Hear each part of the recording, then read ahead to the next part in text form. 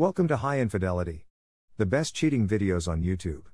If you enjoy this content, remember to subscribe and turn on notifications. Now let's get into the video. Busted my wife cheating. I'm at a loss on what to do.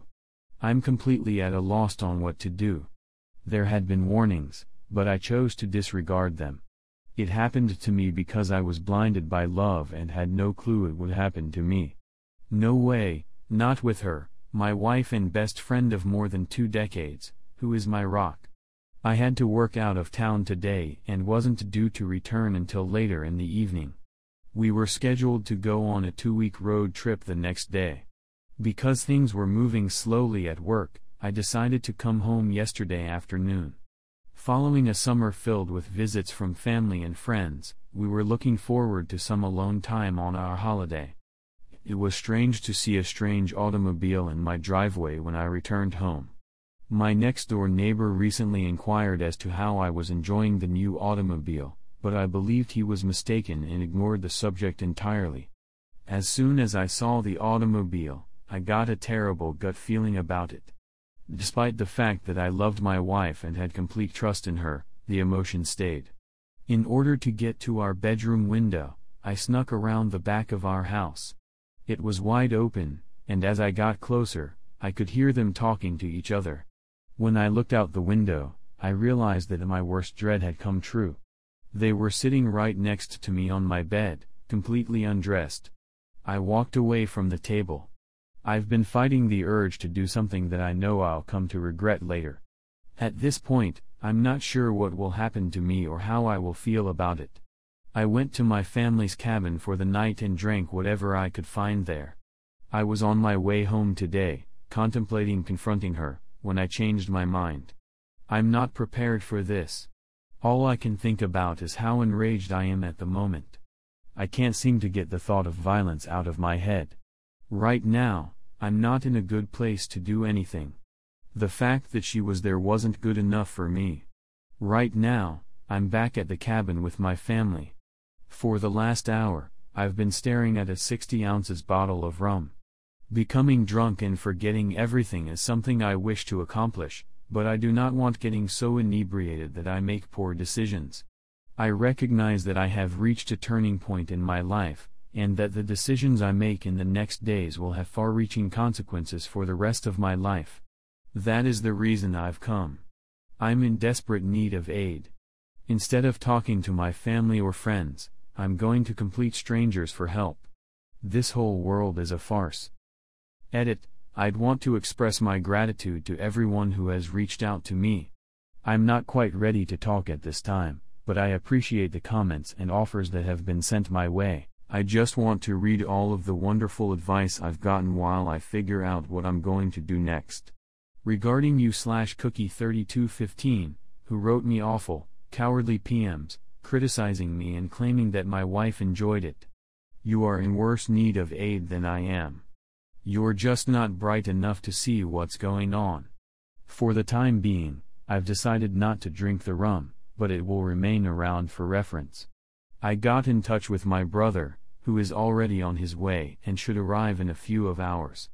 My wife has just contacted me to tell me how much she loves me and how much she is looking forward to our vacation.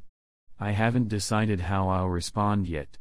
After writing this, seeing the encouraging comments and private messages, and having a brief conversation with my brother, I'm feeling a little better today.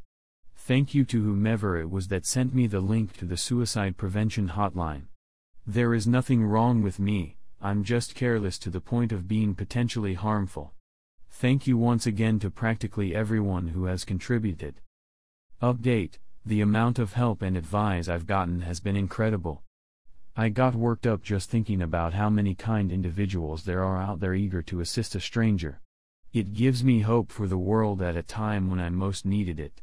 The disadvantage of all of this help is that I am finding it difficult to react to individuals. I have over 600 unread private messages and many hundred unread comments. I want to thank everyone personally, and I will make an attempt to do so, but it will take time, so I will simply start by saying thank you to everyone for their lovely words and useful advice. It means a great deal to me. I've seen a few comments and queries that keep coming up, and I wanted to clarify them in addition to my modest update. If you can't tell, I'm doing much better today. The discomfort was nearly totally gone. I still feel like I've been hit in the belly, but I've began to look forward. This doesn't feel right to me after 2 days. Is this the quiet before the storm, or am I simply unusually strong? Regarding the questions and comments I've received, here are some cliff notes to help explain several points. When I stated wife and best friend, I meant the two roles my wife performed in my life. The other man wasn't even my closest buddy or someone I know. I didn't get a good look at him, but based on a fast scan and his car, I don't think he is someone I know. We don't have any children. We did, however, intend to have them shortly. We just sold our home and were planning to relocate closer to my workplace in September, when the new owners took possession. I'm going to thank my neighbor, but I'm going to do it quietly, just as he did for me. Many folks have asked me about the signals I mentioned overlooking.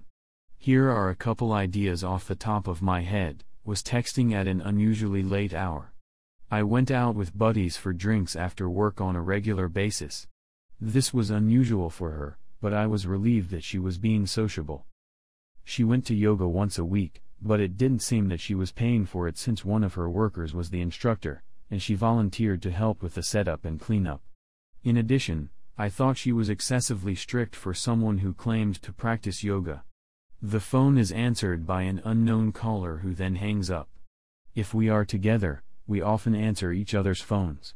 She got a phone call from an unknown caller on many occasions, and each time she answered, the caller would immediately hang up. We get a lot of spam calls, but the most majority of them are from telemarketers or debt collectors looking for the previous owner of the phone number, with just a few outliers being calls that are simply disconnected. The update is still in the process of being completed. When my brother arrived, we engaged in a long discussion. My actual best friend, he has always been there for me without condemnation, and I realized that I needed to remember that and know that he would always be there for me without judgment, just as I would be there for him. Even when we disagree, he actually sets the standard for what it means to be a true friend. Due to the fact that I was supposed to be home last night, I decided to respond to my wife's text message. Due to the fact that we were not authorized to use phones on site, it seemed acceptable that I was just texting her. She is aware of how easy it is for me to smuggle in some messages here and there. She received my response in which I explained that I had been called to one of my company's remote sites and would not be able to reach her until the end of the weekend. I told her that I would be canceling all of the reservations and rescheduling them at a later date. Then she proposed that she may bring her best friend with her to the romantic bed and breakfast on a vineyard that I had planned for her for the weekend. I had a feeling it wasn't going to be the best friend she had led me to think it would be. Delivered that it was a non-refundable payment, she was told that I had already given the money to my brother and his wife, and that they would reimburse me within a month. This morning, I canceled all of the bookings with the exception of the romantic one. My brother is with me. It was a blessing in disguise that the hotel enabled us to move from the honeymoon suite to a room with 2 double beds. There's also a fairly excellent lake nearby with boat rentals, so this turned into a long overdue fishing trip with my brother for the 2 of us. It follows from this that I will be accessible during the weekend. I won't have to write or talk to her for a few days, which has alleviated some of my anxiety and provided me with more time to think about the situation. Getting a divorce is something I'm seriously contemplating. It's difficult for me to look at it any other way at this point. My brother is on board with this, but he has asked that I hold off on communicating with anybody for a few weeks until after the election. I'll be able to talk with his wife on Monday since she has a friend who works as a couples counselor and is accessible. I don't believe it will alter my way of thinking, but it may be able to assist me in sorting out some of this muddle. I'm also taking a lot of the advice on this site and have begun to speak with lawyers about my options, in order to at the very least be prepared for what I feel will be inevitable. I'm concerned about getting things done right. I never imagined her as someone who would try to take advantage of me, But I also didn't expect her as someone who would cheat, so I think I should be prepared for anything at this point. Thank you all once again for your assistance. I want to make the most of my weekend to the best of my ability.